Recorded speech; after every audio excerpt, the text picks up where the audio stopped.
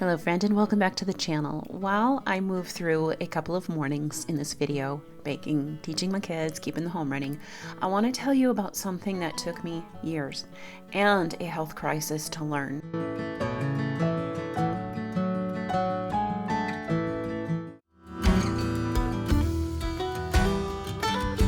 I wake up at 3 a.m. most every single morning, and before you click away thinking, well, good for you, lady, I need you to hear me say this. For years, waking up early was something I was doing the wrong way, and I was doing it in a way that was destroying my health. So stick with me, because this video is not what you think it is, and I do believe it's going to be something that is going to bless you for years to come. I'm Shayla, a wife of 21 years, a mom of 6, and a second-generation homeschooler, and a homemaker for over 33 years. I have a running business, and we have a small family farm that I oversee. And I have something to say about rising early that most people in this space are not going to tell you, because honestly, they probably haven't lived it the way that I have. So a couple weeks ago, I made a video called The Secret Schedule, hidden in Proverbs 31, and it went very well. It was very popular. But ever since, I am getting about a comment a day with women drowning in guilt because they cannot rise early. Women who cannot wake up early, women with newborns, women in perimenopause, which, hello, I'm there too, and women that are just tired. And I realized I didn't go deep enough and I didn't clarify some things. So I need to do that today. I need to go deeper. So a lot of us here are Christians, and those of us that aren't are looking for ways to be more productive. But I am going to refer to scripture here. In the Bible, it tells us in Proverbs 31, speaking of the Proverbs 31 woman, that she rises while it is still yet night. And you know that I believe in that, and I live that. Most mornings, I wake up before 3 a.m. naturally. Before the house wakes, before the needs pile up, before the noise begins, that silence is so anchoring. And it's where my most productive brain energy hours are spent. When I wake up early, I'm not scrambling to survive. I'm setting the spiritual climate of my home. I'm getting some things done that need to be done. I'm working on my business. But that quiet time in the morning, it really dictates the energy of everything that follows. But here is what I also need to tell you. Did you know that how you wake up in the morning affects your entire nervous system for the rest of the day? A few years ago, I was in cognitive behavior therapy, where I found out I have complex post-traumatic stress disorder. And through that process, I learned something that completely changed how I understood mornings. When you wake up to noise, alarms blaring, kids bickering, cereal spilling, notifications pinging, rushing, your body immediately shifts into what is called a sympathetic mode, fight or flight. Your cortisol spikes, your heart rate rises, your brain scans for threats. And if you start your day there, your nervous system will spend the rest of the day trying to catch up. And I'm going to tell you something. If you start your day there and it goes on for a long time, once you hit perimenopause, your body is not going to be able to do it anymore. But let's take the opposite now. When you wake up a little more slowly, quietly, dim lights, no overhead lights, please, no overhead lights. And you wake up to some quiet and a warm drink in your hands, no immediate demands, your parasympathetic nervous system is activated, and it is your rest and regulate state. So instead of being thrown into reactivity, you enter the day more anchored and peaceful. Now, for large family moms, especially homeschool moms that are spending their entire day with their children, this is really important. If your nervous system is dysregulated by 6:30 a.m., you're going to feel overstimulated by 9 a.m. But if you can begin in a quiet regulation, you can absorb the noise of the day without absorbing the stress. But now, I'm going to tell you something else. How many of us are practically, realistically able to do that? Because here's the thing, we can control ourselves, but we have no control over other people. You cannot force children to sleep longer. So how is a woman that has babies and has children and is maybe even growing a large family supposed to make this happen? What are some tangible, realistic ways that we can do this? Now, I'm going to save you years of heartache, years of hardship, and I'm going to tell you the things that I've learned. But you need to understand, I've learned these the hard way. Before I share those, let me tell you what's going on right now, what I'm currently dealing with, perhaps even as a result of ignoring these things. This week was a little bit of a rough week for me. I had some abnormal blood tests come back, which led to a whole round of additional testing. The good news is I'm fine, I'm gonna live, so you're stuck with me for a while. The bad news is one of the things that resulted from the testing was an abnormal celiac serology test, which means I'm probably going to have to get much more serious about eating gluten-free than I have been in the past. I have already been trying to lean that direction because we've talked about that here before. We do know that I'm a little sensitive to wheat. So you all know that I have tried to limit my gluten consumption, but it's been hard because I make a lot of regular gluten foods for my family. But it looks like I'm gonna have to get a lot more serious about avoiding gluten. If you've been here a while, you know that I bake sourdough like almost every day for my family, every week at least, sometimes 3 times a week, 4 times a week. When you're cooking for so many people, in our family it's 8 people, it's hard to make a separate food group for people with diet restrictions. I was honestly feeling a little discouraged about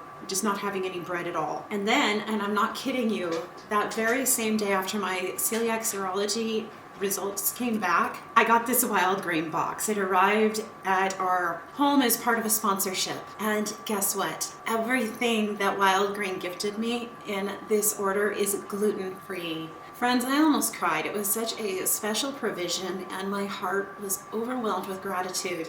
If you're not familiar with Wild Grain, they have dedicated gluten-free facilities, but they make wonderful regular sourdough breads as well. They're the first bake from frozen subscription box for sourdough breads, artisanal pastries, and fresh pastas. And they partner with small bakers and pasta makers around the country who are still keeping those traditional methods alive. Everything bakes from Wild Grain from scratch in about 25 minutes or less, which is wonderful when you're feeding a big family. There's no thawing required.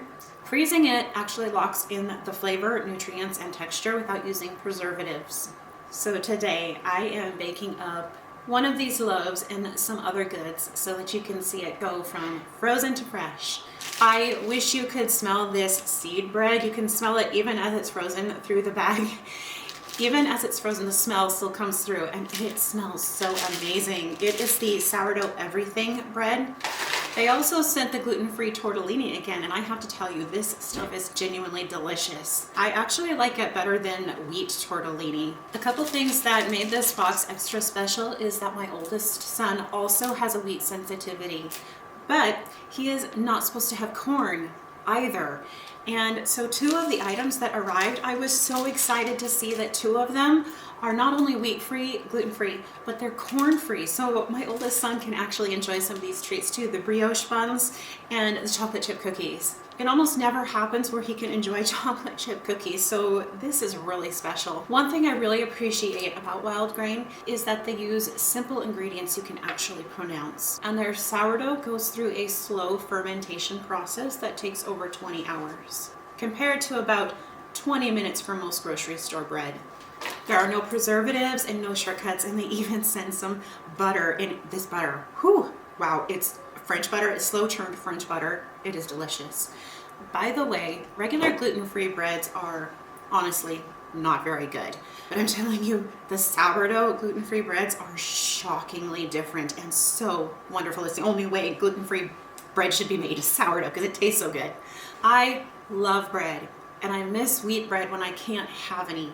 But these gluten-free sourdough breads are so wonderful that I really don't even care or miss regular wheat bread when I have these on hand.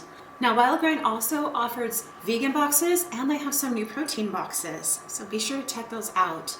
They are always adding seasonal products, so you can customize what goes into your next box. So if you've looked at them before and haven't looked in a while, you might be surprised by some new products. Now, with every box ordered, Wild Grain donates 2 meals to a food security nonprofit of your choice, which I think is such a beautiful thing. If you want to check out Wild Grain, be sure to click on the link in the description as well as the pinned comments and use my code Mountain Mama to get $30 off of your first box. Plus, you'll get free croissants for life. It's mid-morning and as you can see, I have all of these dishes to do, but I just finished helping the younger kids with their homeschool and we finished with what we were working on and now it's time for a break. So I'm gonna make myself a cup of tea and take a little breather. And while I do that, let's continue our discussion. For 13 years, I was having babies, and for 15 of those years, I had a nursing baby. Not the same nursing baby, different nursing babies. Most of those years, my babies would wake the moment I slipped out of bed, and I got so sick of advice from people who had never lived this, telling me consistently, you just need to get out of bed and do your devotions. They didn't understand.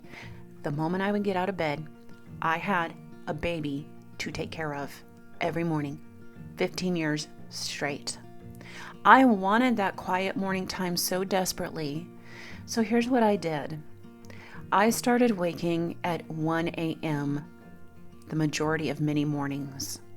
Now, we were in poverty. We weren't just low income, actual poverty. And so I was trying to build a part-time business. But I was also caring for a baby. And then later in the day, I was homeschooling. Now, those were hard years, and I'm not going to pretend otherwise. And I'm not going to tell you, do what I did. Actually, quite the opposite. This is about finding more sustainable, healthy ways. Because by the time I had my sixth baby, something was very wrong, and I didn't quite know what it was. By the time I turned 40, we had just moved almost 2,000 miles, and I had done that with a newborn. I started rapidly gaining weight over a winter, and I noticed I was having more fatigue, exhaustion spells, and I'd never before had that.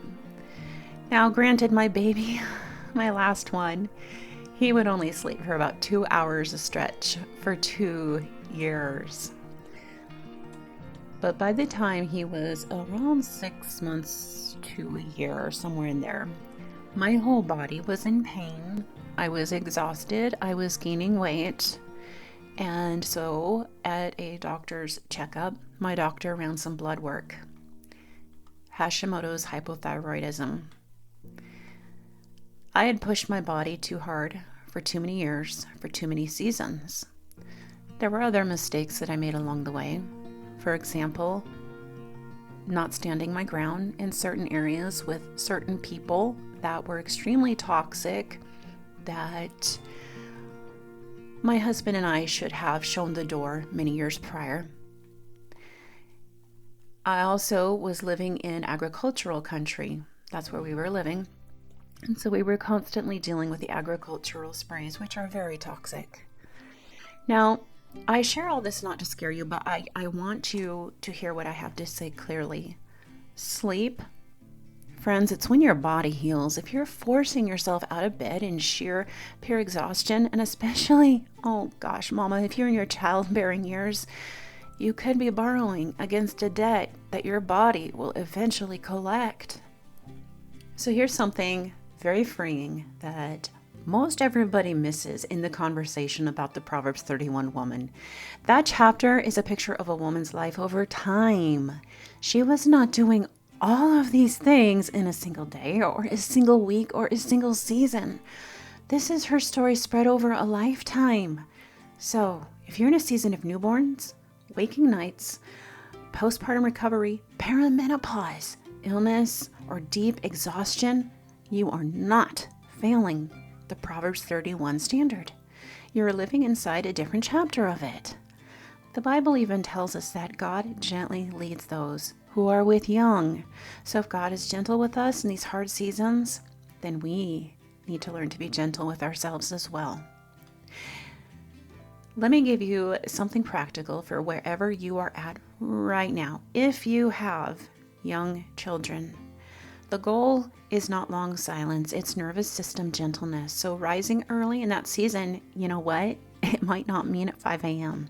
Or maybe like me, it means that it doesn't matter what time you get up, the kid's going to get up with you.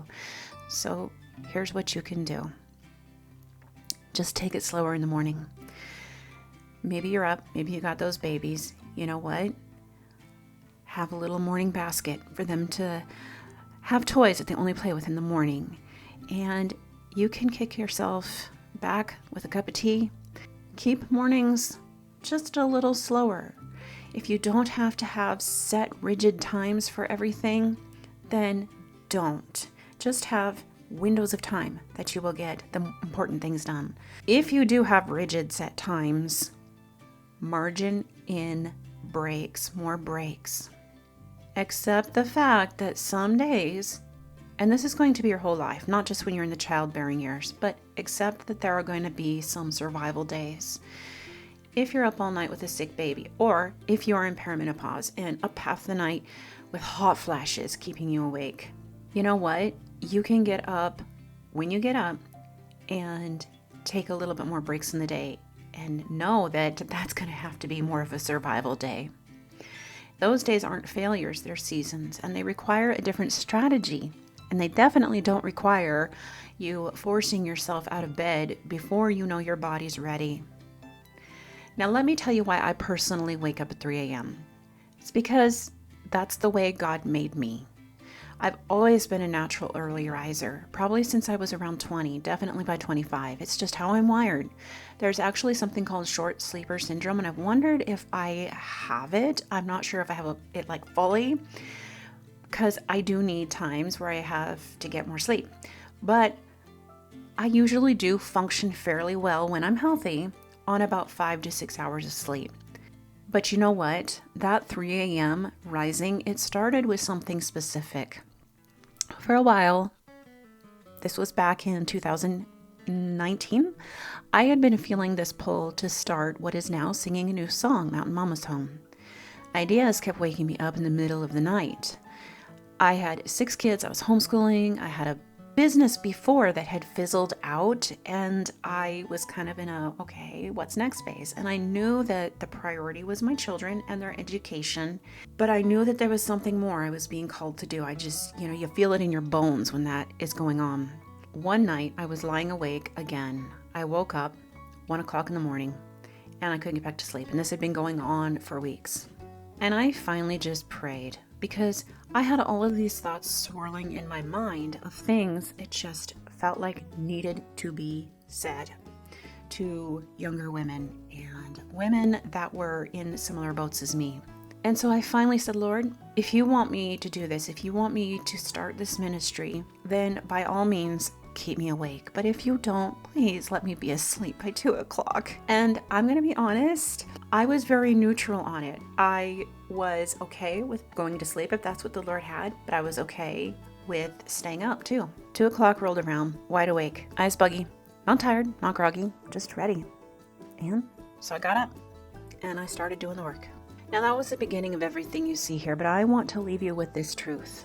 The one thing that I had to learn the hard way as a very driven person. Waking early is a gift when your body gives it freely. Ladies, friends, mamas, it becomes a curse if you force it from a body that is begging you to rest. Listen to your body, honor your season, and trust that God's rhythms for your life are kinder than the productivity culture that you've been handed. If this video resonated with you, I have a homemaking course called Beauty from Ashes. It is made for overwhelmed moms. It covers survival days, building margin, and learning to steward your home from a place of peace instead of panic. I will link to it in the description below, but I also have a free masterclass that you can take. So I'm going to have you start there. And if you want to go deeper into the course, you can. But start with the free masterclass. I will see you in the next video, friend.